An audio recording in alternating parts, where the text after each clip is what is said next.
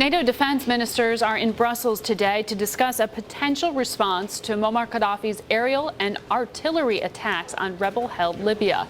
Imposing a no-fly zone is one option, but it's unclear whether any NATO country is in fact willing to use military force to stop what has reportedly turned into a bloodbath. Former Defense Secretary Bill Cohen faced a similar situation in the late 90s when President Bill Clinton decided to use airstrikes to stop a genocide in Kosovo. Secretary Cohen joins us now from Washington.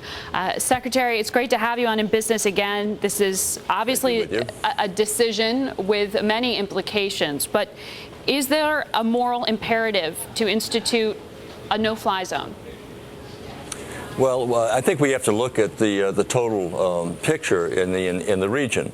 Is it to be our policy that whenever there is a popular uprising against, say, an authoritarian regime or a dictator, that we use military force to remove that dictator?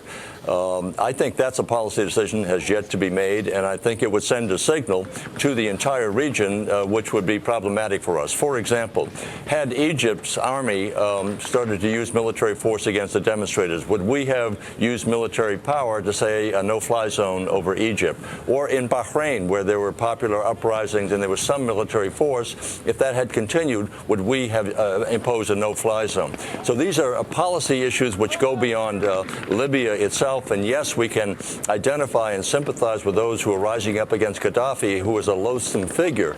But the policy implications for us in all the other countries in the region also have to be taken into account. And I think that's one of the key reasons why the president has been reluctant to take unilateral action, as he should, and to look upon multilateral action. In other words, there has to be a coalition rather than the United States taking this kind of action. I think the president's making the right decision here.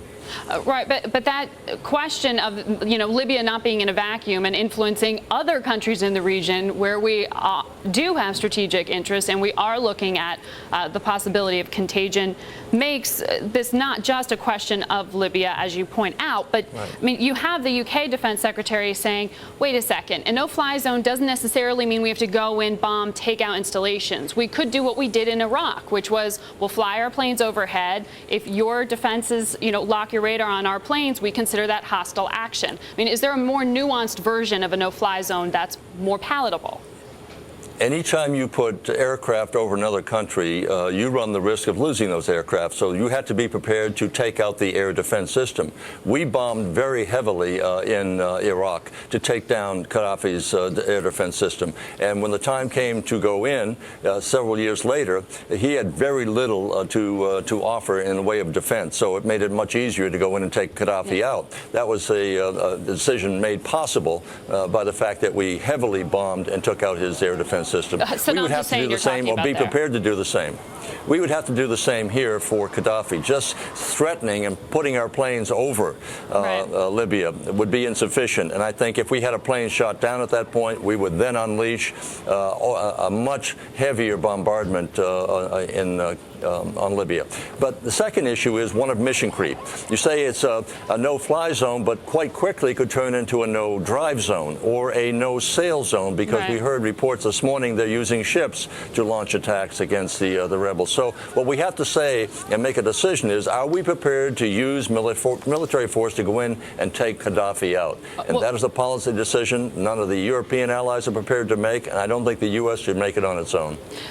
We do know, we heard today, Secretary Clinton is heading to the region. She's going to Egypt, among other countries. And one of the things she's likely to hear from regional leaders, the things we hear of from investors, which is they're worried about 1 million Egyptians coming from Libya spilling back into Egypt now because they're fleeing the violence. They're worried about more demand for jobs that don't exist. So Libya's problem is a North Africa, Middle East problem here. So in some ways, we do need to, the argument is, act in some way. Is the response to have financial aid? Is the response to have something beyond sanctions?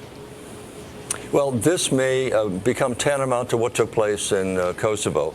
the threat of Slobodan Milosevic to ethnically cleanse 1 million people in his country is what prompted NATO to take action, not the United Nations that wouldn't take action. It was NATO that decided that because of the threat of instability, of refugees flowing into other countries and causing instability, that represented a threat to individual NATO countries, which meant that NATO could then take collective action. If that decision is made here, that this kind of instability and the flow of people going back into Egypt may, in fact, reverberate throughout the region, that may prompt the NATO countries to say collective action has to be taken. But I think, once again, if the United States is to take any action, it should be as part of a coalition, NATO preferably, or a much larger group than simply the U.S. planes flying over Libya and establishing a no-fly zone. New York Times today reports about the tremendous cash stash that Gaddafi has inside of the country,